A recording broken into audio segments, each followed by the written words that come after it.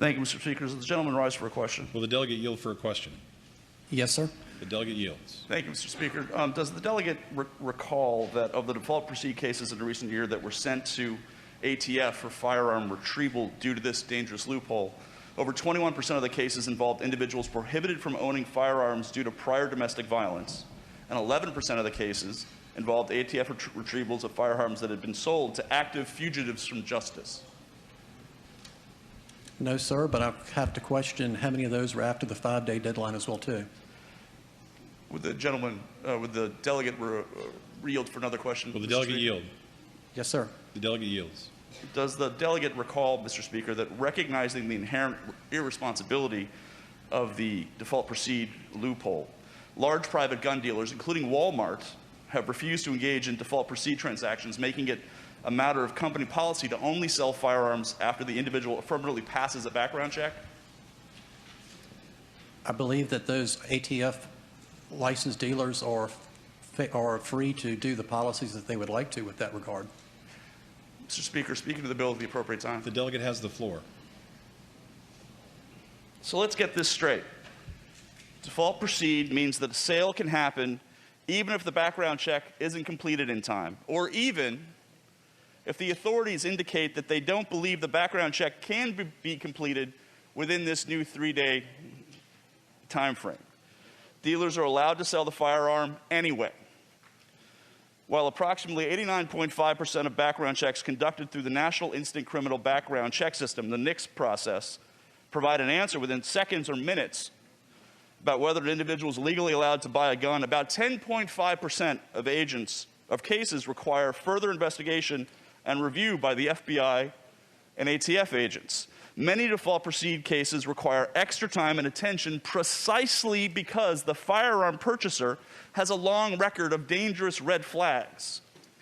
As a result, the FBI has recommended extending the 3-day period to allow more agents more time to complete background check investigations and to reduce the number of prohibited purchasers who are able to purchase firearms by default.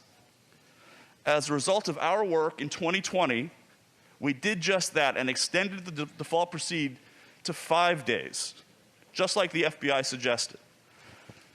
Here's the thing.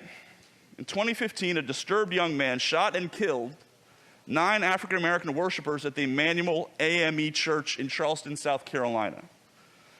Although he should have failed a background check because of his history of unlawful controlled substance abuse, his background check was not processed within the 3-day default proceed rule in South Carolina. Approximately 2 months later, the shooter used that gun to murder the churchgoers. That's why we call this the Charleston Loophole. Just maybe a 5-day delay would have caught the Charleston shooter. And here's the other thing. Stats don't lie. Of the 9,157 further research transactions under default proceed in Virginia in 2020, we have the following information. 8,135 were approved and 1,022 were denied. 787 were denied in 3 days or less. 235 took more than 3 days. Let me repeat that. 235 denied transactions took more than 3 days. And far too many took more than 10 days. And just because there were no retrievals in 2020 does not mean it won't happen in the future.